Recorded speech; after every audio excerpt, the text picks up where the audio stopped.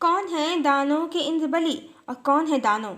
कौन है उनका भगवान या देवता और कौन है परमात्मा की पत्नी? हेलो फ्रेंड्स, पुरातन का पाताल लोक आज का अमेरिका है और वहीं के राजा हैं राजा बलि, जिनको दानवों का इंद्र कहा जाता है। क्या है उनकी महिमा? भक्तराज प्रहलाद के पौत्र हैं वो, उनके पुत्र विरोचन के पुत्र हैं राजा बलि और भगवान विष्णु उनके राजा बलि के आराध्य हैं। अपनी भक्ति से, अपने समर्पण से उन्होंने भगवान को विवश कर दिया था। जब वामन अवतार में भगवान ने अपने तीसरे पग के लिए जमीन मांगी तो भगवान तो पहले ही तीनों लोग अपने 2 पग में नाप चुके थे और 3 पग जमीन ही भगवान ने बलि से मांगी थी और तब बलि ने अपना सिर उनके चरणों में तीसरे पग के लिए दे दिया था। ये है राजा बलि की महिमा और वरदान स्वरूप बलि ने अपनी पाताल नगरी का चौकीदार ही उन्हें बना लिया था। तब देवी लक्ष्मी ने अपने प्रियतम विष्णु को पुनः प्राप्त करने के लिए बलि को रक्षा सूत्र बांधा था और बदले में अपने पति को भगवान विष्णु को पुनः उनसे वापस ले लिया था। बलि को देवी ने अपना भाई बनाया है और प्रसिद्ध रक्षा सूत्र मंत्र दैत्यराज बलि के नाम पर ही है। इन बद्धो बलि राजा दानवेंद्रो महाबला तेन त्वं प्रतिबध्नामि रक्षे माचल माचला। और भगवान ने श्रीमद् भगवद गीता में स्वयं के लिए कहा है, मैं नागों में शेषनाग हूँ, जलचरों का अधिपति वरुण देवता हूँ, पितरों में अधिमा, शासन करने वालों में यमराज हूँ, मैं दैत्यों में प्रहलाद हूँ और गणना करने वालों का समय हूँ, पशुओं में मृगराज सिंह और पक्षियों में गरुड़ हूँ। और दानव कौन है? और दानव कौन है? ये कश्यप ऋषि की संतान है। देवता, नाग और दानव तीनों ही कश्यप ऋषि की संतान हैं। रूट कहें या मूल, सबका एक है। सब ऋषि पुत्र हैं, मात्र अपनी सोल कॉन्शियसनेस, अपनी एनर्जी के कारण ये देवता, दानव या नाग कहलाते हैं। और देवताओं के घर में असुर और असुर के घर में देवता उत्पन्न होते हैं, जिसका उदाहरण ऋषि पुरुष के कुल में रावण का जन्म हुआ है और हिरण्यकश्यप के कुल में भक्तराज प्रहलाद का जन्म हुआ है।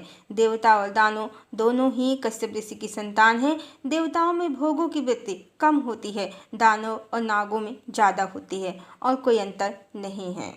यदि प्रीवियस वीडियो अमेरिका का क्या होगा इसमें जीसस को दानवों का देवता कहा है, तो ये जीसस का कोई अपमान नहीं है। वो दानवों के लिए आए थे, उन्हें सुधारने के लिए। उन्होंने तो प्रेम, सत्य, करुणा का ही मार्ग बताया था, पर दानव अपनी भोग वृत्ति प्रवृत्ति से ज़्यादा दिन दूर नहीं रह सकते। नाग और दानव दोनों ही भोगवाद, भौतिकवाद की प्रवृत्ति का ही अनुसरण करते हैं। ये मटेरियलिस्टिक होते हैं। आज जो इस्लाम, यहूदी और क्रिश्चियन देशों में युद्ध छिड़े हैं तो इसी प्रवृत्ति के कारण। अन्यथा यदि प्रभुत्व और भोग की इच्छा ना हो, वसुधैव कुटुंबकम की भावना हो, तो प्रेम से तो रहा ही जा सकता है। धरती सबकी माता है, न कि भोग के लिए बनाए प्लैनेट मात्र। और हमने जीसस को दानव बिल्कुल भी नहीं कहा, हमने उन्हें दानवों का देवता कहा। देवता या भगवान तो सबके लिए आते हैं। जीसस भी आए दानवों के लिए, उनके उद्धार के लिए, पर दानव उन्हें समझ नहीं पाए, तो इसमें जीसस का दोष नहीं है। वो तो देवता ही हैं, उनके भगवान ही हैं। भगवान सबके लिए आते हैं, उनके लिए भी आए, पर वो भगवान का मूल्य नहीं समझ पाए और आज अपनी ही पाप वृत्तियों के कारण नाग कहें या दानव दोनों ही अब समाप्ति की ओर हैं। और बात बाइबिल की जाए तो क्राइस्ट का जो धर्म है मुश्किल से मात्र 2000 साल पुराना है और भगवान बुद्ध 2600 वर्ष पहले आए थे। भगवान बुद्ध के जाने के बाद 600 साल बाद इस धर्म का उदय हुआ है। तब जब सनातन का ज्ञान लुप्त होने लगा था, ग्रंथों में मिलावट शुरू हो गई थी। पुराणों में जो अजब अजब कहानियाँ मिलती हैं कि भगवान विष्णु ने वृंदा का सतीत्व भंग कर दिया, ब्रह्मा ने अपनी पुत्री से विवाह कर लिया, श्री कृष्ण गोलोक में करोड़ों स्त्रियों के साथ रहते हैं, भगवान शिव ने गणपति का सिर धड़ से अलग कर दिया। ये सब उसी मिलावट का परिणाम है। और बाइबिल ऐसी ही एक किताब है जहाँ आदम और हव्वा एक फल खाकर धरती पर टपक जाते हैं और फिर धरती पर अपना सांसारिक खेल शुरू कर देते हैं। बाइबिल भी एक मिलावटी ग्रंथ है। न ज्ञान मिलावटी ग्रंथों में है, न बाइबिल में है। ज्ञान यदि है तो सिर्फ और सिर्फ वेदों और उपनिषदों में है, जहाँ परमात्मा का सत्य स्वरूप बताया गया है। ओंकार स्वरूप परमात्मा, उनका सत्य स्वरूप क्या है? परमात्मा विशुद्ध चेतना है, कोई पुरुष नहीं है जो धरती पर अपने लिए स्त्री की तलाश में आते हैं। परमात्मा जब आते हैं मात्र धर्म की रक्षा और उसकी स्थापना के लिए ही आते हैं। और परमात्मा का स्वरूप अर्धनारीश्वर ही है, पूर्ण काम है। हैं। भगवान और भगवती की दोनों की ऊर्जा से संयुक्त है। भगवान की पत्नी सदा उनसे संयुक्त अवस्था में है और इसीलिए मूल मंत्र में कहा गया है, ओम सच्चिदानंद परम ब्रह्मा पुरुषोत्तम परमात्मा श्री भगवती समेत श्री भगवते नमः। भगवान ने योग माया से स्वयं को ही स्वयं की पत्नी बनाया है। अपने दो रूप बनाकर उनकी पत्नी सदा उनसे युक्त हैं, संयुक्त हैं। वो तो जब भी माया के जगत में भगवान आते हैं तो विरह की लीला मात्र और मात्र अपने सत्य स्वरूप से मिलने और माया से निर्लिप्त हो जाने के लिए ही होती है।